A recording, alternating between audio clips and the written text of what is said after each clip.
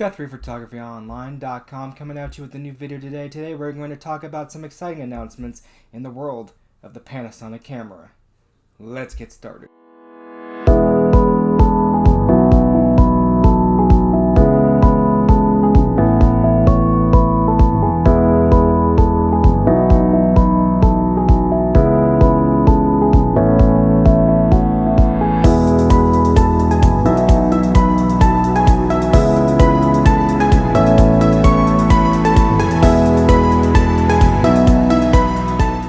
Panasonic today also announced 3 full-frame lenses: the new S-Series 50mm 1.4, the 70-200 f4 OIS, and the 24-105 f4.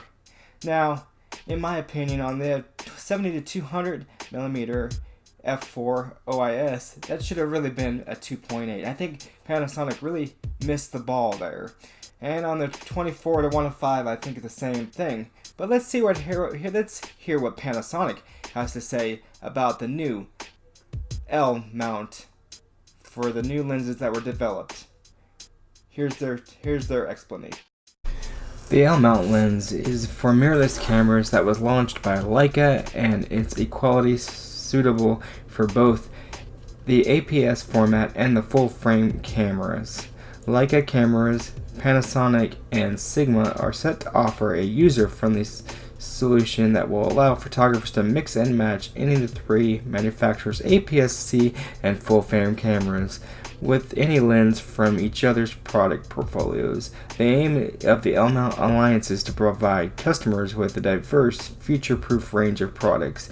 The advantage of a large inner diameter, 51.6mm, enables the realization of extremely fast lenses and extremely compact dimensions.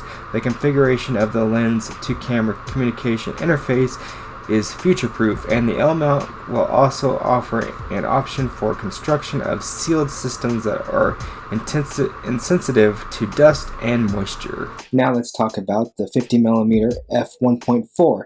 Panasonic S Pro 50mm f1.4 is designed to be the core of the Lumia S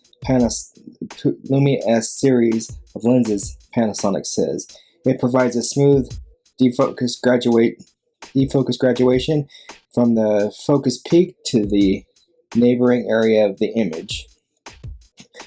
It also describes the point of light sources in the background, such as impressive and beautiful bokeh. Features and specs include 13 elements and 11 groups in a double focus system that uses linear and stepping motors for 480p FPS speed and focus clutch mechanism for instant AF/MF switching, a focus breathing suppression system, mechanical mechanism for video recording, and 77mm filter diameter, and 11-blade circular aperture, and it also is dust and splash resistant. The next lens I'd like to talk about today is the new Panasonic 70-200 f4, and this is the most important one of all that I want to talk about, because a 70-200 should not be an f4. It should never be an f4. It should always be a 1.5, 2.8 lens. I don't know why Panasonic came out with this lens. I just think it is stupid at f4, but let's get on with some of the specs. The 7200mm for f4 OIS, the Panasonic S Pro 7200mm for f4 OIS features 23 lens elements, and 17 groups of optical image stabilization and 6 stops of compression. When paired with in-body stabilization, an inner motor with a max sensor drive speed of 480 frames per second, and a focus clutch mechanism for autofocus, manual focus switching, focus breathing suppression, and a 77mm filter diameter. It also includes a 9-blade circular aperture and dust resistant splash resistant, and it is dust resistant and splash resistant. I like the fact that it is dust resistant and splash resistant. that is a good thing. As you know, a lot of us take our cameras out into the weather and shoot sports and shoot all different stuff. The thing I hate the most is having to clean my lenses after a shoot, especially in a sandy situation. So hopefully that that dust resistance also includes sand, because that is the number one most thing that I hate in having to, after a shoot, having to clean my lenses. And moving on now. So now the third lens that we're going to talk about is the 24 to 105 millimeter f4 macro. OIS is a wide to medium zoom lens that can also be used to shoot 0.5 times macro photos with a minimum focusing length of just 1 foot. Now that right there, guys, that is an amazing thing, especially if you're shooting up close and trying to get the birds, the bees, and all that good stuff. That is a great lens to have, to be able to shoot less than a foot away from a subject and have the lens focus. That is a great thing. Features and specs include 16 elements in a 13 group optical image stabilization stops when paired with a in-body IS image stabilization, a linear motor with a 480 frames per second, sensor drive speed, focus breathing suppression, and dust and splash resistant as well. The coating on the lens that repels water and dirt and oil, a 77 millimeter filter diameter, and a 9-blade circular aperture. Upcoming lenses, Panasonic says it is planning to design and develop at least 10 more S Pro lenses by 2020 to expand the S series lineup of lenses. The pricing and availability on all three of these lenses, they will ship in early April of this year.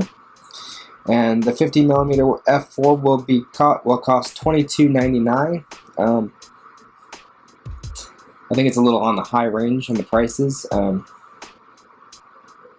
As long as I think it's a little high on the pricing at $22.99. I think it should be more around $2,000, maybe $1,800.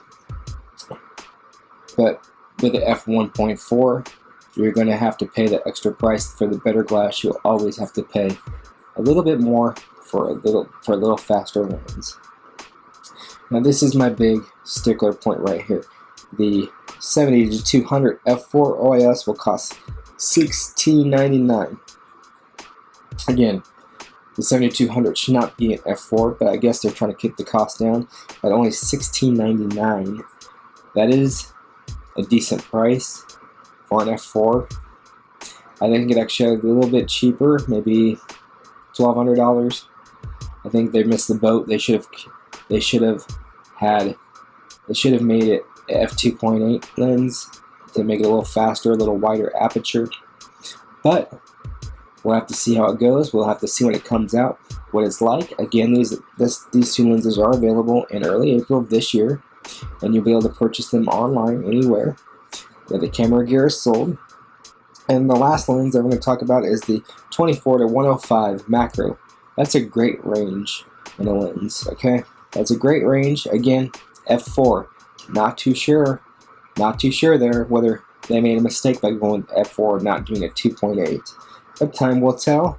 And that lens right there, pretty competitively priced at only $12.99. I think that is a good price for an f4.